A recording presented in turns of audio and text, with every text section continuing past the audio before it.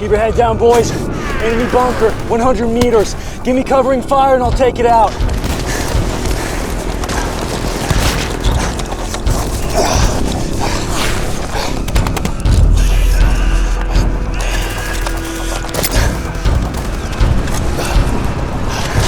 Moving!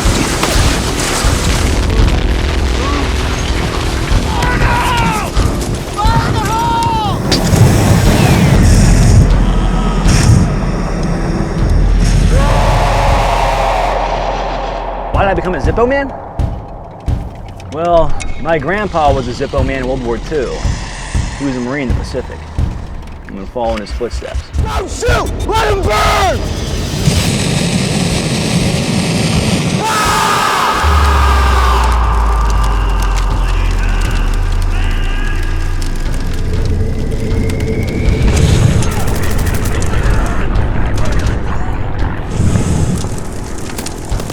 Hey Gene, how do you like your Jappo cooked up, huh?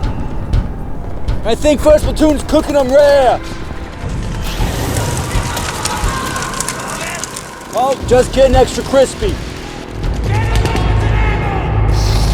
Oh, there's a bunker bed, I can feel it. Jabs at the wire!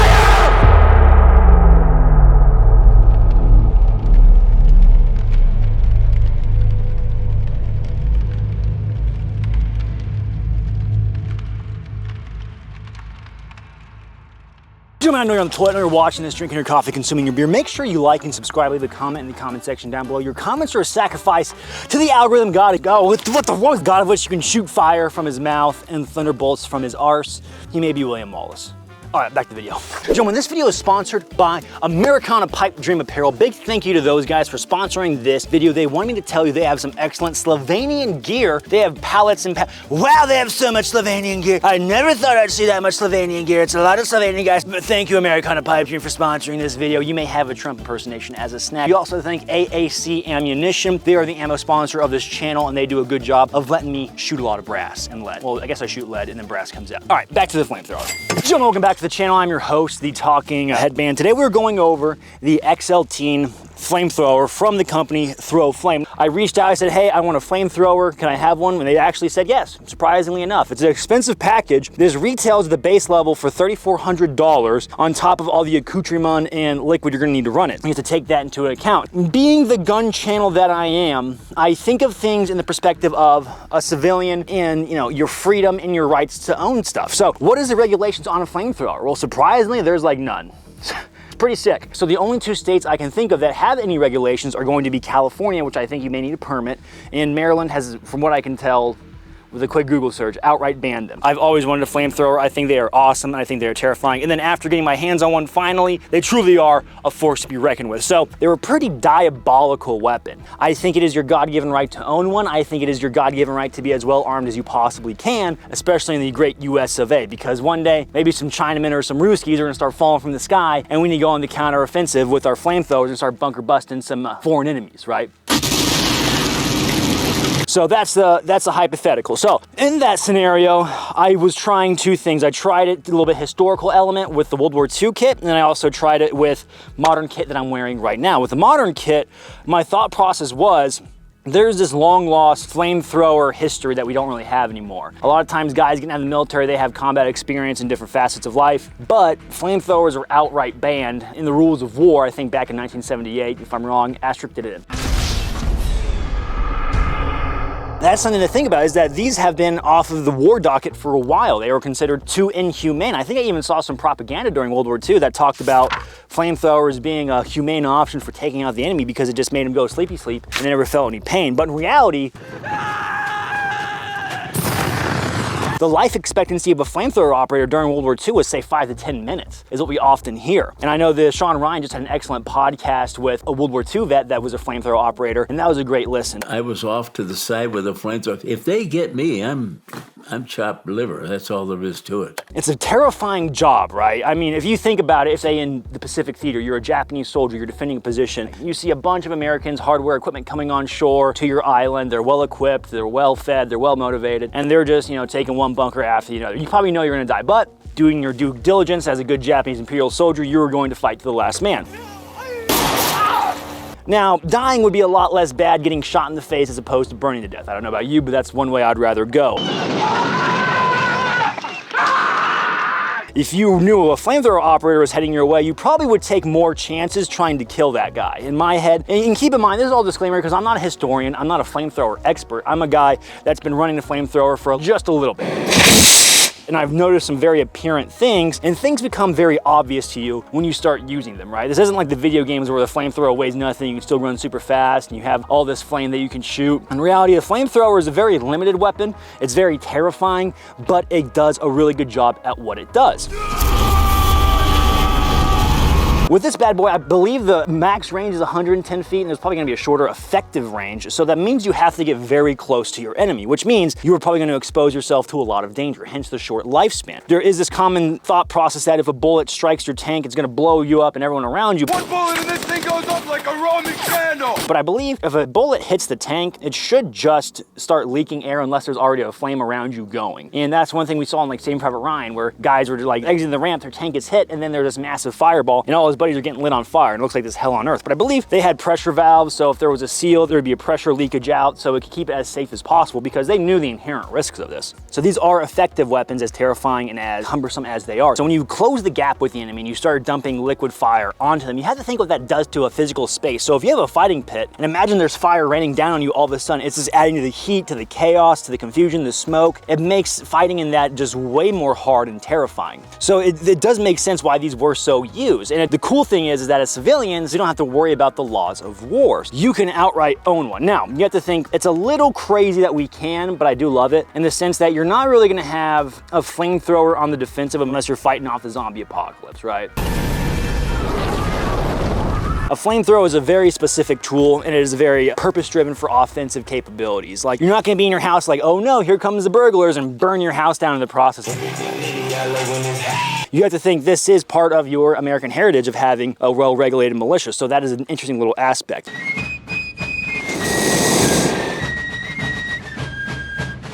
What kind of unhinged people are going to be buying a flamethrower in the first place? Going over the flamethrower setup real quick, what I'll do is show you how this thing works. So you have your pressure valve and gauges up here. You have this big scuba tank looking thing. I think it is just that, a scuba tank of some kind where it's supposed to hold pressurized air. You have your pressurizer hose that's hooked up to a CO2 tank, like a paintball Tipman tank, right? Very simple setup, and that is pretty much it. You have your hose running to your firing mechanism. You have your butane lighter set up. Then you have your trigger that releases after you ignite your butane torch. Very, very simple thing. The mixture we were using was just diesel and gas, so we did 80% diesel and then a 20% gas mix. ThrowFlame did send some thickener to make it napalm, but we didn't use the total gelatinous setup, which would have made it go even further and stick and burn even better. So for the practicality and just some safety concerns, we decided not to do that. All right, so modifications I did to the XL18, if you can't see. I took the massive gaudy sticker off, which is, it looks silly, and I wanted a more like scary look, so I just threw some 100-mile-per-hour tape over it. Then I have a pattern 58 webbing bag that I replaced the old canister container with. I may get something else, but essentially I wanted a better vibe and a better look to it, and this also has a spare pouch on it. We could put some stuff if you need to. Lastly, what I did, I covered up the back of these gauges, which are super bright silver, and I wanted to try and take away any glare. As nerdy as it may sound, my thought process is, well, if there's any glare, you know, if the bad guy was looking for a flamethrower trooper and they're willing to risk exposing themselves to kill that guy, then giving you every percentile chance of surviving where you're not glaring up into the sun, that made sense. You know what? Comment if that makes sense or not. To me, it made sense in my head. A flamethrower to me is a team sport. If I had a flamethrower, I'd want to have friends with me because I'd want to have friends checking my gauges, helping me load this and put this on my back, because essentially you have a thick rucksack once it's fully loaded. It is thick, it is liquid, it is on your back, and you have to hump it. Just moving around with it today in the Marine regalia of World War II was a cool little glimpse into history. I know I say it, guys, I know I say it, but it is a cool glimpse into history because it is a window to what our young men had to do back in the day to take on the enemy forces of America. To me, I'm appreciative of that, and yeah, it's a team sport. If you told me, hey, you're gonna go into a fight with just you and a flamethrower, I said, hey, that's not a good idea. I'm gonna want other machine guns suppressing the bad guys. I'm gonna want other riflemen covering me until I get to that bunker that I need to light up. It looks like some sort of Alice pack frame that it's hooked up to. And running it with armor actually wasn't that bad, because going into this segue, when I was running the kit with World War II kit, it was a little bit like weird with the belt and where the waistband fell around. But with modern day kit, like say a battle belt and a plate carrier, if you had to use this in a, you know, the worst case end of the world situation, you could actually probably rock some armor, especially with how light level 4 plates have become. I was rocking it with armor and it wasn't too bad. I mean, if you're going directly into a threat, maybe having that little extra bit of protection, however light it may be, wouldn't be a bad idea. Because my thought process is, I'm wargaming this, and you know, reality, this hasn't been tested to the fires, right? This hasn't been tested to the fires of conflict. See what I did there? My thought process was, you have your flamethrower, you have your spare carbine, you run up, you dump your tank, and then boom, you can keep fighting on. Or maybe you go back and get a new tank for the next position. Because logistically, guys, this thing is a pig. Fully loaded, I feel like it's easily north of 60 to 70 pounds. Like, it is big and it is a thick bitch. So you're not going to be carrying a lot of extra weight with you. Ideally, I'd probably just drop the plate carrier and just have a handgun with me. You know, your cover is coming from the other heavy weapons, you know, the LMGs, the riflemen that are putting down fire for you. Maybe close the gap with some smoke grenades and frags, and then you can start dumping in. So it's a very violent tool, and I like it for that reason.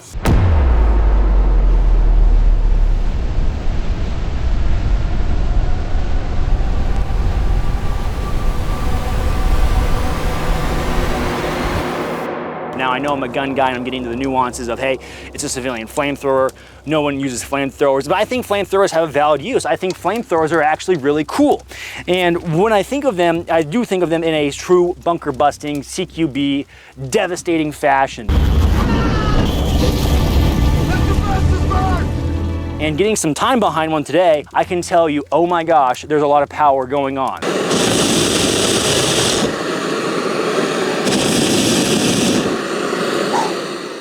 So here's something that I'm now qualified to talk about, what it's like to shoot a flamethrower. So there's something that I didn't really consider, and I heard about this, but the amount of heat coming back, and we kind of saw it in Once Upon a Time in Hollywood with Leonardo DiCaprio, where he's like, that is a crazy weapon. You do not want to be on the other side of that. We kind of saw it with that, right? Kristen, the Nazi's there! Anything we can do about that heat? Rick, it's a flamethrower. Yeah. Living it out IRL, it's a whole different ballgame, because essentially if you're shooting straight on and you don't move, you're still getting this massive, massive wall of heat coming back at you. It's like the fire of Shadrach, Meshach, and Abednego. They're like, make it hotter. And you're like, oh God. It is truly a force to be reckoned with in that aspect, especially if you start going lateral with it or even up and down. It just amplifies that wall of heat. It's like standing too close to a fire. It is a different experience. So when I was rocking the World War II kit trying it out, I was like, oh my God, this is nuts. So that's why I kind of PPE'd up a little bit more. Gloves, face, eye pro, helmet, give myself the best chance to withstand that heat. And keep in mind, it's only for a few short seconds, because that's all you get and that's all that comes out. So am I telling you to go out and acquire a flamethrower, guys? Well, yes and no. If you have the means and it's something you want, it's a really cool party trick, especially if you're going to like a big shoot. And it actually does perform very well compared to like an old M2, M2A1 flamethrower. It does a really good job. And you do have the option of throwing in some powder mix to make it a little bit more napalmy. So you really can go places with this bad boy if you want to get offensive with it in case the world ends, right? Now, if money is a concern, dropping $3,400 on this thing, it's gonna be a lot. And I know Throwflame may not like me saying that, but I mean, it's the nature of the beast, right? Like I would rather you have a practical, you know, fighting AR setup, kit, night vision, all that stuff. It's way more practical than a flamethrower. Don't buy it. That's what I said. A flamethrower it's a sign of a very industrialized nation taking on maybe like, you know, more Asian nation, and it's a really specific thing. Like, you're going to be coming across a bunch of bunkers, right? It's a very industrialized societal thing, and it has a lot of logistics behind it that, say, the everyday rifleman American may not have. And this is getting down to some very wargaming rabbit holes that we're going into that I do not have a pedigree in, but I can spitball and you can take away with a grain of salt. So there is that. As simple as it is, I wish there were some things about it that were changed. Things about it I don't like. I don't like the look of the scuba tank. I think they did a good job with the paint job of making it look cool as they could. I wish it was a smaller tank, a little bit more compact, and had a bigger CO2 setup in the middle like an M2A1 flamethrower. I think the M2 flamethrower is the gold standard of flamethrower aesthetics. The reason I say that is because the M2 freaking flamethrower is the coolest looking flamethrower of all the flamethrowers. It just looks awesome. I don't care what you think. In my head, it's true.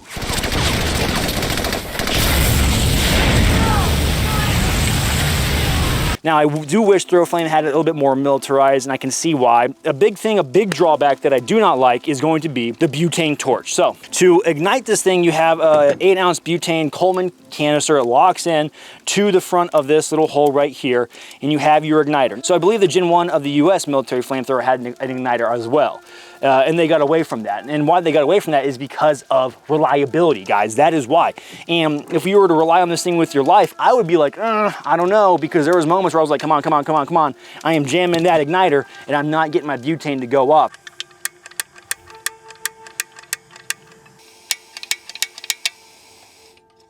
What the fuck?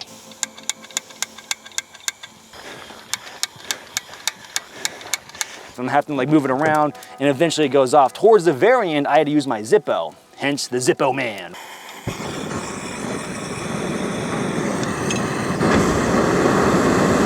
I don't love that. The M2 flamethrower, Ian McCullen has an excellent video on it.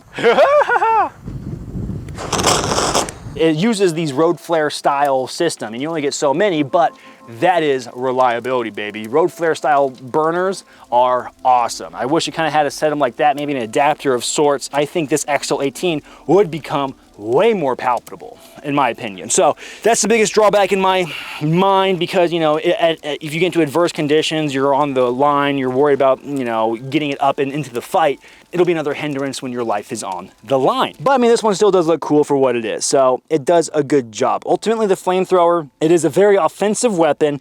It is very much to me, a weapon of war. It's brutal. It's a brutal tool. So it is deserving of some reverence in that aspect, guys. It is a terrifying weapon, and it is a treat to show off to you guys. Because damn, do I love the idea of being that guy running up with your flamethrower, dumping flames into a Japanese fighting position like Grandpa intended. It's just the masculine urge, right? Gentlemen, if you enjoyed this video, make sure you like and subscribe. Leave a comment in the comment section down below. Your comments are a sacrifice to the algorithm god, a god of which who can breathe fire and shoot lightning bolts from his arse. I don't know why we went with William Wallace on that, but as always, gentlemen, stay easy, stay breezy. I'll catch you guys on the flip. Ooh, oh. Don't do that. Oh. Hey, you know what? Flamethrowers, they're a learning curve, all right? Cool thing about flamethrowers is they are able to ship right to your door. So you yourself can have a flamethrower and violate the Geneva Convention. How sick is that, man? It's freaking sick, dude.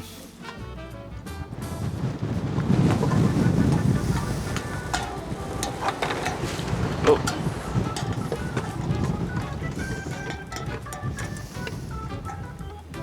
Can you imagine if that rolled through while we were shooting? I'm getting so much trouble. Shot the flames back at us. Dude, literally, that's literally me.